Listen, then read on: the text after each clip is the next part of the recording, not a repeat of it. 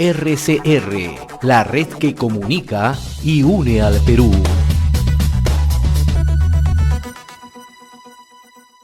Y a esta hora tenemos el grato placer de estar con el doctor David Tuesta, presidente del Consejo Privado de Competitividad. El agradecimiento especial al doctor Tuesta por esa deferencia con RCR desde España. Muchas gracias, doctor, por este enlace.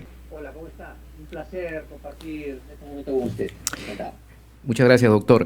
Estuvimos leyendo su artículo interesante en el Diario del Comercio, el cual fue publicado el día de ayer, titulado Así empieza lo malo, esto en referencia a una novela de Javier Marías, en el que se refiere la decisión de la ministra Vázquez tras el cierre de las operaciones, que ha causado mucha controversia en nuestro país, y también este permiso de las 4 unidades mineras, que es el punto de quiebre del Estado de Derecho. ¿Cómo podemos calificar esta situación? ¿Es tan grave, doctor?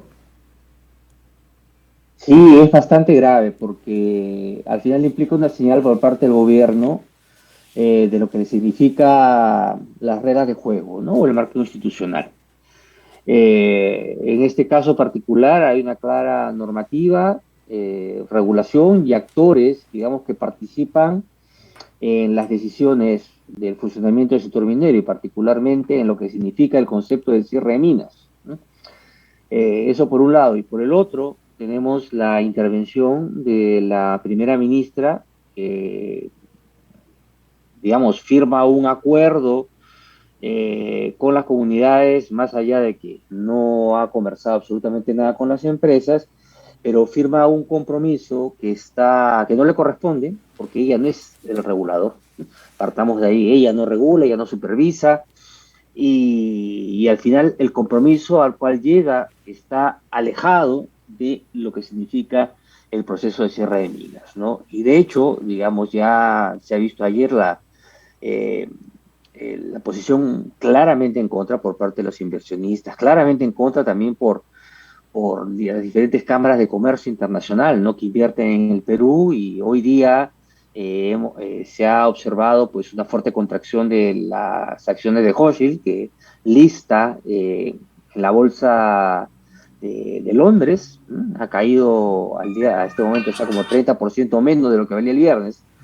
Y hay una expectativa muy negativa, ya no solamente por lo que es la minería, ¿no? Sino lo que significa la actitud, como señalaba, del gobierno sobre lo que significa la inversión privada, ¿no? Ahora, doctor, ¿cómo entender estos actos? ¿Cómo se comporta el gobierno? Porque escuchábamos hace pocos días al presidente Castillo en un discurso muy bueno frente a los empresarios, pidiendo confianza. Incluso dijo: ustedes no confiaban en mí, me decían que yo era comunista.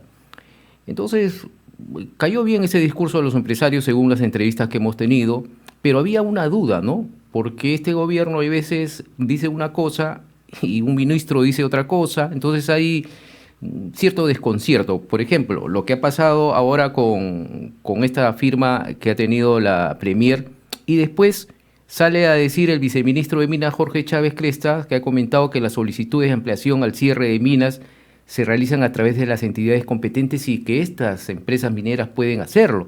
Entonces, crea pues una duda, tanto para los inversionistas como la propia población. Sí, esto, a ver, esto es un encadenamiento, ¿no? De posiciones incoherentes que ha tenido el Ejecutivo a lo largo de estos más de 100 días, ¿no? Esta combinación de ministros que dan opiniones contrarias respecto a diferentes temas, eh, contradicciones entre él, en su momento el Premier, que ya no es Guido Bellido, la Premier, ahora también con los miembros del equipo del Ejecutivo y los propios idas y venidas del presidente de la República, ¿no? Lo que pasa es que estas incoherencias han ido trascendiendo de la anécdota o de la amenaza, es decir, por ejemplo, los temas de de asamblea constituyente y estatización son deseos, ¿no? Que plantea, pero digamos que tienen que cumplir una serie de cosas para que al final se cumpla, ¿no? Entonces, pero sí ya planteaba una posición negativa antes de que oye, si ahí van, ¿no? Pero lo que ha sucedido estos días, ¿no? Con el tema de la declaración de cierre de las operaciones mineras, ya no es solo un deseo, ¿no? Es una acción concreta que se plantea con la firma de un acuerdo, ¿no? Con un compromiso de gobierno, y que al final esto tiene una consecuencia grave, porque eh, primero porque se transgrede la norma, ¿no? Dice que vamos a, que se va a hacer algo, eh, algo que no está establecido en la legislación. Luego está evidentemente el comentario que intenta arreglar de alguna manera la situación, que es lo que dice el viceministro. Pero lo que al final va a ser complicado es cómo se le dice a los representantes de las comunidades con los cuales se ha firmado este acuerdo, Exacto. si quisieran rectificar, que ya no va a ser así, ¿no? Entonces, en el fondo, o sea, han planteado una situación ilegal que ya es difícil de retroceder en la práctica, Y eso puede ¿no? O generar sea, incluso más violencia, ¿no?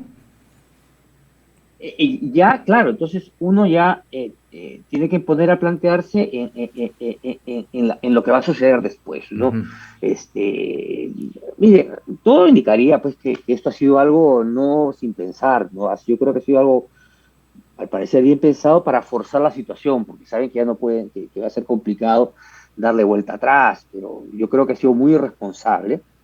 Eh, de manera personal, yo creo que la Premier se ha metido en un serio problema. Yo creo que va a ser seguramente ese tema visto en el Congreso, y va a haber seguramente algún tipo de curso legal sobre la acción personalísima que ha tomado ella como representante de un tema que no debía tomar ella posición, no le correspondía a la Y autoridad. parece que no ha sido Pero por, coordinado, doctor, porque el viceministro Chávez ha señalado que está convocando recién a una reunión para esta semana con estas empresas mineras que tienen a su cargo estas 4 operaciones. O sea que están trabajando al revés, ¿no? Se anuncia, se hace los actos y después se reúnen con los que posiblemente van a ser los perjudicados. así es, así es. Pero al final, imagínate que esto termine convirtiéndose en un cierre, ¿no? Porque no se puede trabajar, porque hay acciones violentas, porque ya se está Ujú. señalando que la ley acá no vale ¿Y nada, qué tanto puede y se está perjudicar esto al país, estos cierres económicamente? ahí, efectivamente, eso al final se cierra así, de manera muy concretita para estas 4 unidades mineras, implicaría casi 55.000 empleos los que se perderían, ¿no? Ujú. Entre directos e indirectos. Fíjese que los programas de gobierno de Trabaja Perú, ¿no? Creo que buscaban generar 30.000 o 40.000 empleos. Entonces, lo que busca generar con trabajo, con temporal, con dinero, lo borras eliminando empleo permanente, ¿no? De esta cantidad de 55.000. Y lo que preocupa sobre todo, siguiendo con el tema minero, es que la primera ministra ha dicho que esto es una prueba piloto, ¿no? O sea, que en principio esto es algo que se pretende escalar al resto del sector minero. Entonces, ahí ya estaríamos hablando, fíjese, de 2 millones de empleos comprometidos, ¿no? Entre directos e indirectos. 2 millones de un total de una población económicamente activa de 16 millones. Una barbaridad, ¿no? Entonces, esto implicaría pues una pérdida de recursos importante para no solamente de empleo, sino pérdida del canon, la posibilidad de invertir. Entonces, yo creo que se está configurando un escenario malísimo, eh, ya no solo minero, ¿no? Ahora hablemos de lo que significa esto sobre el efecto de demostración para otras inversiones, ¿no? Ujú. Yo creo que con esto Se, se marca, digamos, una senda de difícil retorno, ¿no? se Digamos, yo pone lo en veo, duda honestamente, sí. el estado de derecho en nuestro país, ¿no? Porque ya las cámaras de comercio internacional se han pronunciado con mucha preocupación por esta violación del estado de derecho en nuestro país. Así es, así es. Ese es el tema, ¿no? Entonces, al final, yo veo muy complicado cómo se puede dar la vuelta a lo que se ha generado, ¿no? Yo creo que se ha hecho un daño tremendo, y además viendo la forma como el gobierno ha tendido a comportarse, ante estas circunstancias, no veo tampoco la viabilidad de que vayan a dar este giro, ¿no? Más aún un escenario socioeconómico o de complejidad social que ha generado y que se está exacerbando con esta firma, ¿no? Entonces, eh, lamentablemente, yo veo una situación a largo plazo para la inversión privada en el Perú casi con muy pocas posibilidades de retornar a situaciones normales, ¿no? Ujú. Un panorama no muy alentador para el próximo año, doctor. Totalmente, mire, fíjese que las previsiones para el próximo año eh, estaban, no la del gobierno, pero el gobierno yo creo que se planteó una posición bastante optimista, pero yo creo que de acá para adelante, mire, el las principales bancos central y los principales analistas que pensaban en una proyección de crecimiento del 3%, ¿no? Entonces yo creo que ya con esto va a ser complicado lograr esa cifra, ¿no? Y esto va a impactar definitivamente en la posibilidad de generar un escenario de mayor prosperidad para los peruanos. O sea, el ciudadano de pie es el primero que va a enfrentarse a ello. Ahora ya no quiero hablar, porque es un poquito más complicado tratar de predecir el tema del tipo de cambio, ¿no? Pero Ujú. estas cosas yo creo que tienen una alta probabilidad de impactar sobre la salida de capitales del país, ¿no? ¿Cuándo? ¿De qué manera? ¿Cómo? ¿No? Eso ya va difícil porque estamos ahorita recibiendo muchos dólares, ¿no? Como consecuencia de los precios internacionales. Eso tiene una inercia, ¿no? Pero en algún momento eso va a empezar a revertirse. Si es que la desconfianza, ¿cómo se llama?, empieza a plasmarse sobre nuestro país, ¿no? Y de hecho que eso va a afectar, como usted dice, al ciudadano de pie, ¿no? A las canastas familiares que ya se han visto un poco también muchos hogares preocupados por esta subida del dólar que afectó en el alza también de algunos artículos comestibles, el pollo, el gas.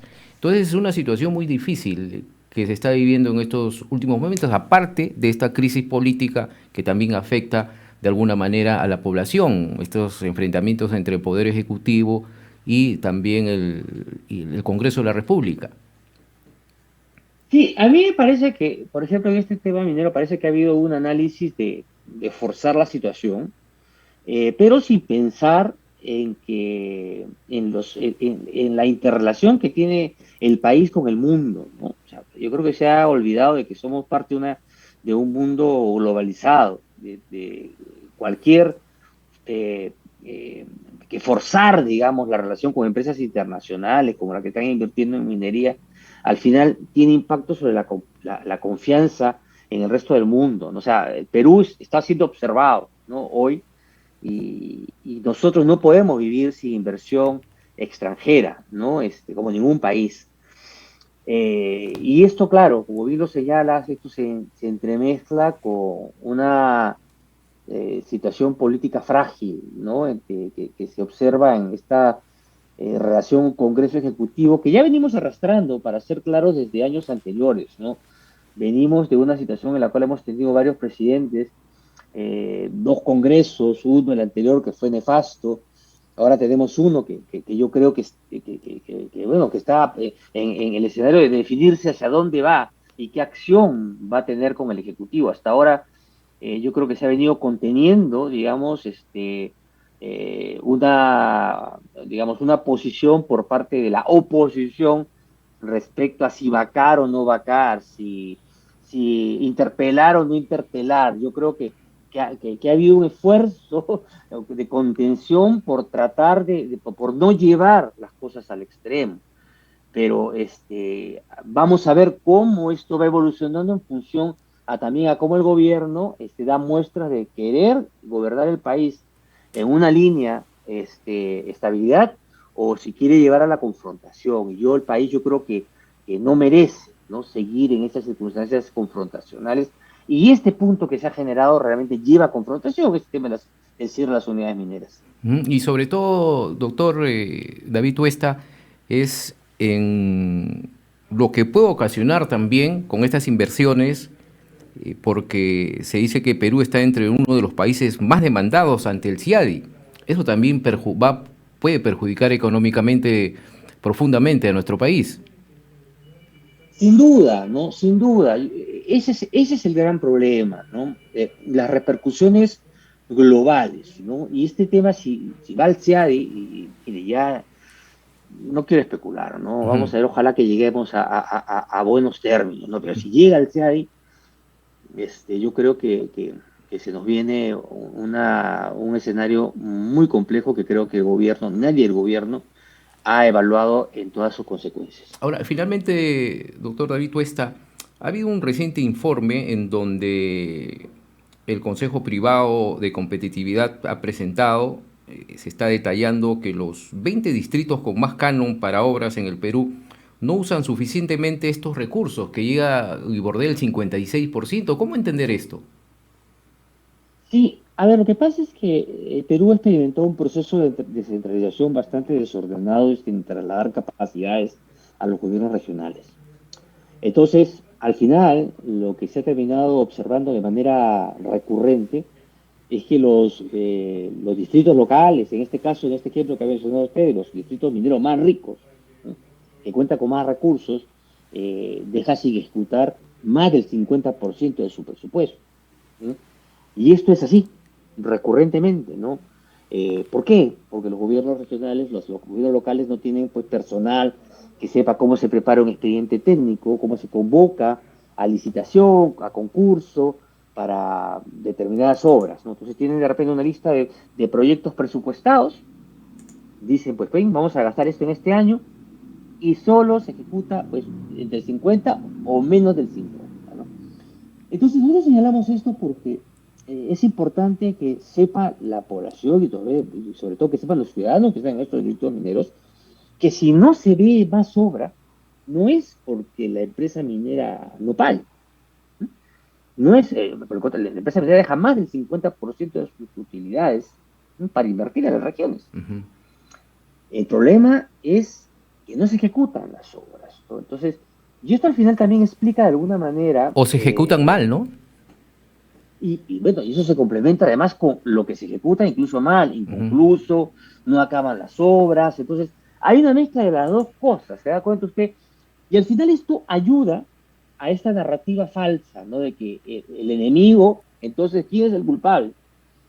Claro, echarle la culpa al Estado no da rédito para estos que reclaman, tiene que echarle la culpa a la minería, ¿no? Cuando la minería paga, ¿no? Entonces yo creo que ahí esto ha ayudado a construir esta mala narrativa, eh, buscando o señalando al enemigo equivocado. La población entonces, cuando ve pues que no tiene estos beneficios, no se hacen las obras necesarias en su región, en su localidad, pues los que asusan, los que generan conflicto, es la minera, cuando en realidad los recursos están, pero es las autoridades locales que no hacen su trabajo. Entonces, Así es. queremos poner eso claramente en la mira de la población para que sepan dónde reclamar y que busquen tener buenas autoridades. Así es. Bien, doctor David Tuesta, muchas gracias por este enlace. Lo he escuchado gran parte del país y vamos a estar seguramente en otra oportunidad con este contacto. Muchas gracias. RCR, la red que comunica y une al Perú.